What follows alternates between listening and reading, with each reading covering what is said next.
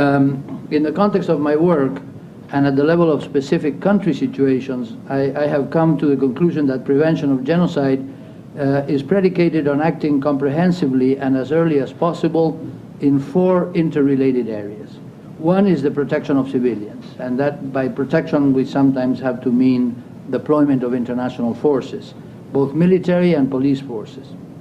Second, establishing accountability for violations of human rights and humanitarian law. And in that sense, at least now we have instruments like the International Criminal Court that can give us a realistic chance of establishing accountability. Third, humanitarian relief and access by the victims to economic, social, and cultural rights is very important, not only to protect people because it does offer a measure of protection, but also to revert the effects of the crimes that have already been committed against these people, because they are vulnerable in many different ways, and not only vulnerable to physical attack, but also to conditions of life designed to create their extinction or demise. And the fourth area is we need to take steps to settle the underlying causes of conflict through peace and other agreements.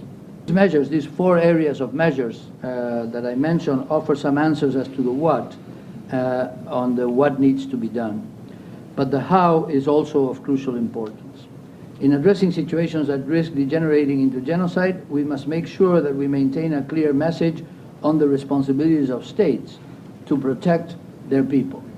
In dealing with situations of conflict, we must be able to see through the morass of details and complexities and recognize the patterns of violence against civilians.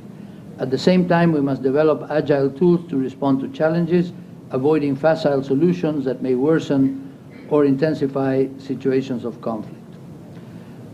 Honorable members of Parliament and colleagues, in these efforts, the United Nations has had a steadfast friend in Canada.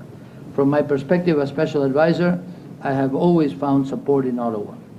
At an operational level, Canada has been a key contributor to the UN's conflict prevention capabilities and to peacekeeping.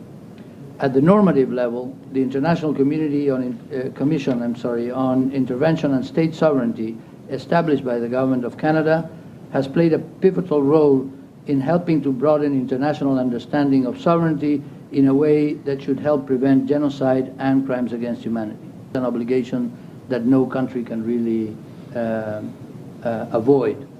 But it will be necessary to recognize also that the emerging norm of the responsibility to protect, as proposed by Canada and as adopted in the summit statement of 2005 by unanimity, has given my office and the efforts that we are embarked in a new set of legitimacy that creates a normative basis for the kind of efforts that we are trying to embark upon, that has become an enormous boost.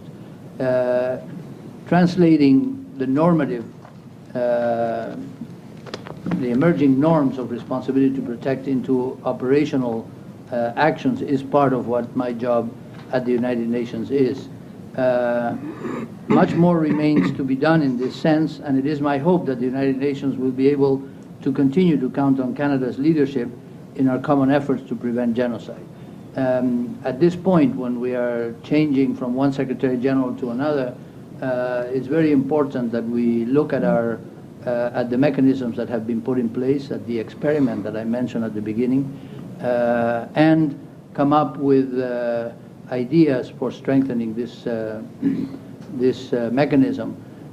In that sense, the other body that has been created in the last few years is the Advisory Committee on the Prevention of Genocide, that includes several very distinguished members, but very notably Senator Romeo Dallaire among its members.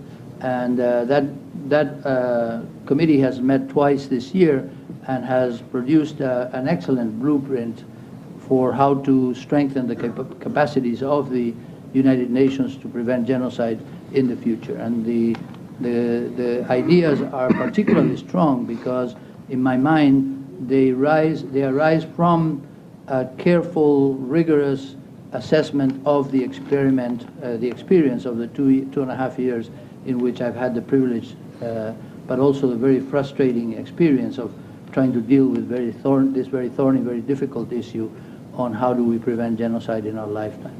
I have many other things to say, but I'm hoping after the panel speaks that there'll be an exchange and I can add them later. Thank you very much.